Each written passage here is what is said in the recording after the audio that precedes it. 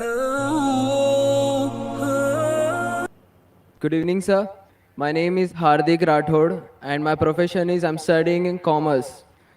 So my question is, I'm not clear with the concept of Makkah. That every person says that Makkah is in the center of the world. I'm not yet clear with this concept. I keep on asking with my friends that what actually Makkah is, but no one can give me the reliable answer.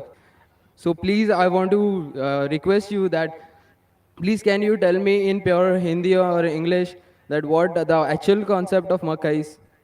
भाई साहब का सवाल है कि मैं अब तक ये नहीं जान सका मक्का क्या है। मैं ये नहीं जान सका क्यों कहते हैं कि मक्का ज़मीन के सेंटर में है, महवर में है। मैं ये नहीं जान सका कि मक्का क्या चीज़ है। भाई साहब, मक्का जिस तरीके से कुरान मजीद में ज़िक्र आता है सूरह अल इमरान में सूरह नंबर 3 आयत नंबर 96 में कि मक्का वो जगह है जो सबसे पहले इबादत के लिए बनाई गई, सबसे पहले इबादत की जगह बनाई गई वो है मक्का। और कुरान मजीद में लिखा है सूरह इसरा में चैप्टर नंबर 17 आयत नंबर 1 में कि इसके इर्द गिर्द अमन है और मक्का को कहा गया दारुल अमन।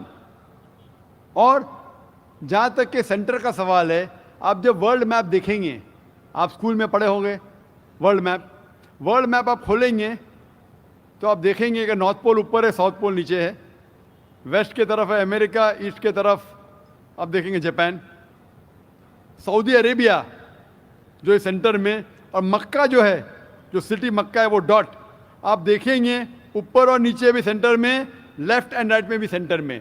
तो इसीलिए वर्ल्ड मैप आप देखेंगे तो मक्का इज इन द सेंटर, मतलब महवर है। तो that is one of the meanings. But real है क्या वो दारुल अमन है और वो अमन की जगह है और वो पहली इबादत के लिए जगह बनाई गई। अल्लाह सुब्हानहू व तआला फरमाते हैं कुरान मजीद में,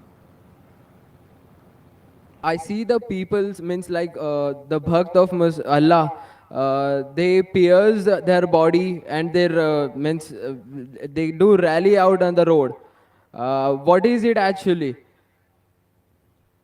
भाई साहब ने सवाल किया कि हम देखते हैं कि मुसलमान लोग अपने जिस्म को मारते हैं और खून करते हैं, क्या है?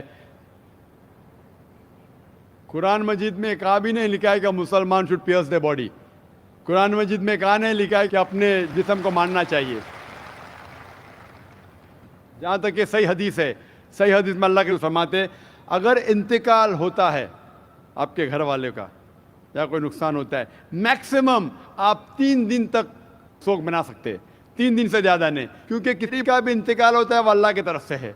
तो इंतकाल होने के बाद भी, मौत के बाद भी अगर आपको शोक मनाना है, अगर आपको you want to wail and cry, maximum 3 days.